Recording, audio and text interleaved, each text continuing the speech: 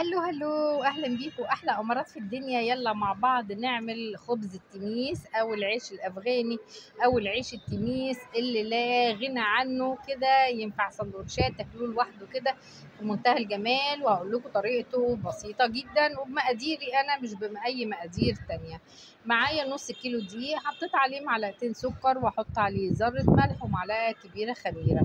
في الصيف ما تكتريش الخميره قوي علشان طعمها بيبقى باين جدا في العجين وفي التخمير. فانا حطيت معلقه، دي معلقه ونص صغيرين، يعني معلقه كبيره ممسوحه نص باكو. حطيت كمان ربع كوبايه سمنه وربع كوبايه زيت وسبت منها معلقه، وهقول لكم ليه دلوقتي. وهبدا الف كده بالكف العجان دقيقتين 3 كده، اعمل ميكس للحاجات دي. انا هعمل العيش الافغاني او خبز التميس، هعمله باللبن الرايب. انا عندي حوالي كوبايه لبن رايب قطعه كده، زودت عليها بس ربع كوبايه ميه ودفتها على النار وعشان اخمر بيها العجين. انا لما بيبوظ عندي لبن او بيروح في الحر بعمل بيه معجنات على طول، لان بتبقى طعم حلو وقيمه غذائيه. قلبتهم ونزلت بقى بعد كده بالخطاف بتاع العجن، وبدات ازود معلقتين 3 ميه لحد ما العجينه تبقى عجينه معايا ناعمه وطريه. زودت في الاخر بقى معلقه الزيت اللي انا كنت سايباها، وهبدا الم بيها كده ادهن بيها العجين عشان ما يلزقش. شوفوا عجينه طريه وفيها عرق ومطه وزي الفل. جربوا الطريقه دي في المعجنات، سهله جدا ومقاديرك عندك في البيت. العجن او الاكل يا جماعه ملهوش جدول او ملهوش مقاييس. حطي كل حاجه على بعضها بتديكي طعم واكل جديد، وما توقفيش نفسك على حاجه، وكل حاجه سهله ان شاء الله. بدات احطها كده اهوت وهسيبها بقى تخمر. انا بس فضيتها هنا لاني عجنت حاجه تانية في العجان بالمره يعني. شايفين العجينه هشه كده، نزلتها على الرخامه. وانا هعملها ثلاث فطاير او 3 ترغيفه كبار من خبز التيميس. ممكن اعمل الخبزات دي صغيره لان تنفع سندوتشات، راح البحر، راح رحله، راح حاجه، كل الحشوات فيها مره واحده. ولا عملت اي حاجه، ما تهبطيش قوي بس الهوا منها وتقعدي تعجني فيها، لا تكيت عليها بايدي كده. وانا هعملها بحشوه الجبنه التركي. دي جبنه تركي مبشوره عندي، حطيت حبه. وممكن تحطي ميكس جبن، تحطي جبنه بيضه، تحطي جبنه بيضه على تركي. هقول لك عايزه تحشيها بالحمص احشيها. خلاص بس كده. وحطيت قسمت الجبن كده. وممكن على فكره تعمليها ساده خالص، ما عندكيش اي مشكله. يعني انا بالحاجات اللي عندي وعشان توفر عندي لبن فعملت. انا ما بططتهاش خالص ولا اي حاجه، انا يا دوبك بس عملت حته فيها كده عشان احط الجبنه، وبعدين بدات المها زي السره من الطروف عشان ما يبقاش تحت ادخن من الوش، فبتلمي الطروف بس بايدك.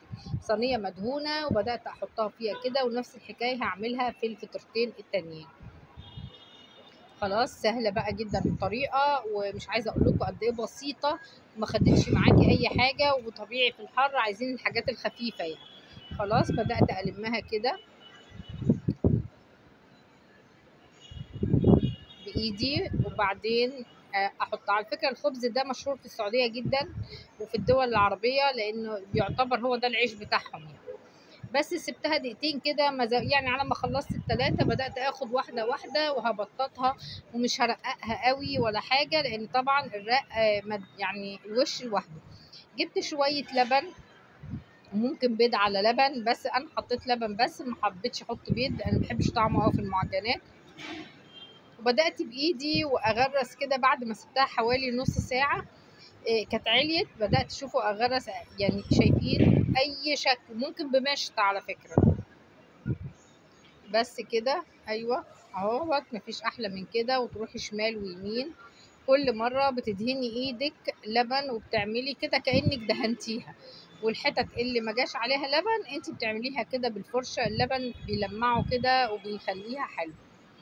ممكن تحطي على اللبن سكر، بس انا ما حبيتش لان انا حاطه فيها جبنه تركي حادقه شويه.